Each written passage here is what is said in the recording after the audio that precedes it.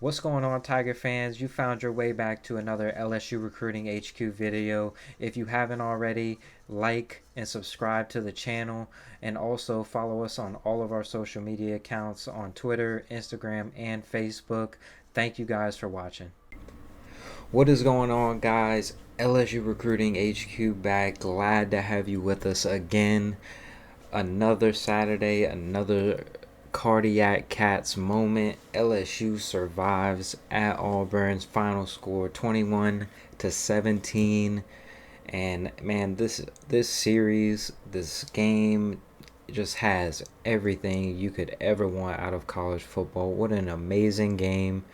A very poorly played game from both teams, but man, if this doesn't signify what college football is, where any given Saturday, um, you're either going home happy or going home sad. It doesn't matter where each team's ranked, what each team's record is.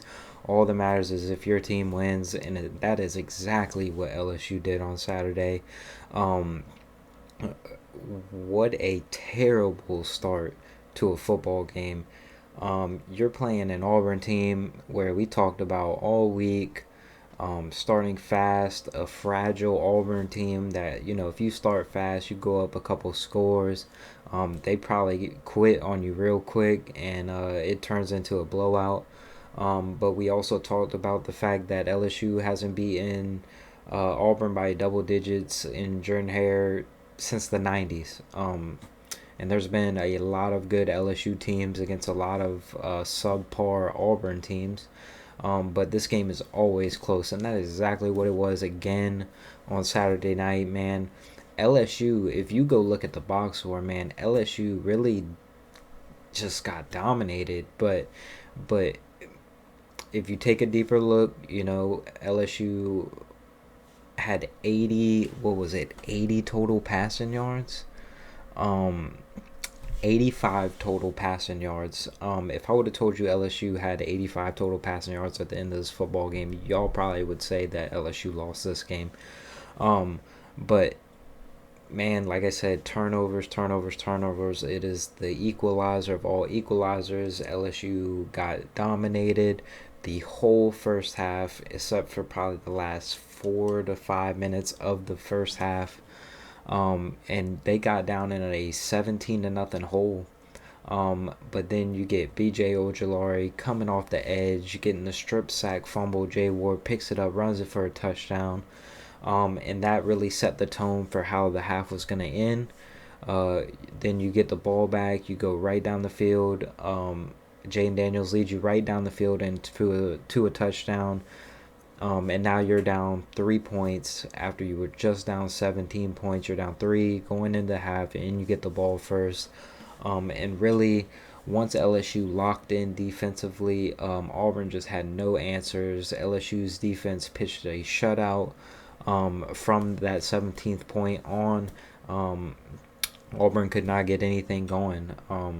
But early in the game, man, it was a struggle. You kick off and Auburn goes right down the field. You get uh, I believe, I can't remember who it was, Sage Ryan, I believe, gets burnt for the touchdown on the opening drive, and Robbie Ashford converts multiple third and longs, which is just so unacceptable. I mean, it's just a guy who struggles to throw the ball.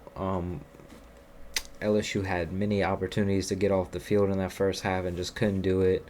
But the plays, Auburn tried to get cute. Auburn, got away from LSU, stifled that running game, and really made it apparent that they were going to make Robbie Ashford beat him. And he couldn't do it after the first half. They struggled. I'm not exactly sure what the total yards were in the second half for Auburn. But I know he was damn near close to 300 yards passing in the first half. And he only finished with 337. He was 19 for 38 as well with a pick and two touchdowns. Um, but LSU, man, every time the defense needed a stop, they got it. Every time they needed a huge turnover, you get Auburn first and goal from the 5. He fumbles a snap. this is when it's 21 to 17. You had just taken the lead. Auburn goes right down the field, um, and then they run this wide receiver thing, which is just it dumbfounded me. Why you're trying to get cute inside your 10 when you probably need more accuracy at that point in time. That's more of a big shot play kind of play call. But they get the wide receiver toss, and then he drops back and tries to throw it, and it goes right into. He's trying to throw it away, but he gets knocked around, and it pops right up to Harold Perkins. You get the interception, and at that point in time, you're thinking, "Well, this game's over." um, and it got wilder and wilder as that fourth quarter came along. Nobody scored in the fourth quarter, but boy, it was sure interesting. LSU goes down the field. You feel like they're about to ice the game. Um, After the muff punt, you get the muff punt inside the 20 of Auburn. You say, run it a couple times, and then, you're pretty much sealing your fate that there's no way you can lose at that point. You hand it off. John Emery fumbles, gives Auburn the ball right back, and then a couple plays later is the play by Greg Brooks where he strips Coy Moore, and just takes it away from him, seals the game. LSU runs the ball, gets the first down, and that is the ball game. And LSU hangs on to win 21 to 17. Now, the breakdown on LSU, right? Jaden Daniels had a very poor day. Was very inaccurate. Wide receivers did not have a great day. They were dropping passes, not helping the man out. The running game is really where you won this football game, because it came to a point where you were able to run the ball at a decent time in the game, and that's really what started to carry momentum of the offense. Obviously, you get the big strip sack fumble for a touchdown, and that's what really kick-started the momentum swing, and then from that moment forward, you just, the offensive execution was just not there. They just weren't doing simple things. It wasn't play calling. It wasn't anything specific. It was just not executing. No balls hitting guys in the hands, dropping them. Jane Daniels maybe taking off a little too late. Auburn did a good job of keeping a spy on them, trying to keep them in the pocket. You get the turnover by Emery. But then again, you have Jane Daniels go out for majority of the fourth quarter, and Garrett Nussmeier come in, and it was pretty clear at that point where they were just like, we're going to rely on our defense to win us this football game. Just don't do anything to mess it up. The play calling was very conservative. They didn't throw the ball. They threw the ball for 5 yards. 5 yards in the fourth quarter. Which is unreal how you can win a football game doing that. But like I said, man, LSU did it. And these are the types of games, man, where you know what LSU is. LSU is not a great football team. LSU is a good football team, and they're getting better. And you really saw that determination and that buy-in in a game like this, where it's 17-0. You have every reason to hang your head. And you just kept battling and battling and battling. Eventually, Auburn just handed you the football game like they always do. This is exactly how both of these teams have been all season. LSU has always been a slow start, finish fast, and Auburn has always been fast start, fizzle out at the end, and that's exactly how this game played out. Don't get me wrong, there was times where it was 17-0 and it was looking bad, and the doubt was definitely creeping in there. But like I said, this team hung in there. They did what good teams do, and they just found a way. It wasn't pretty. It's not gonna, they didn't stuff the stat book. It was just a struggle win, but it's a road SEC win, and with this team this year, that is all you can ask for, because wins are going to be hard to come by. There's not going to be many sure dubs in the column. You've already played your non-conference game. You have UAB coming up at the end of the season. But other than that, there is no sure things on the schedule.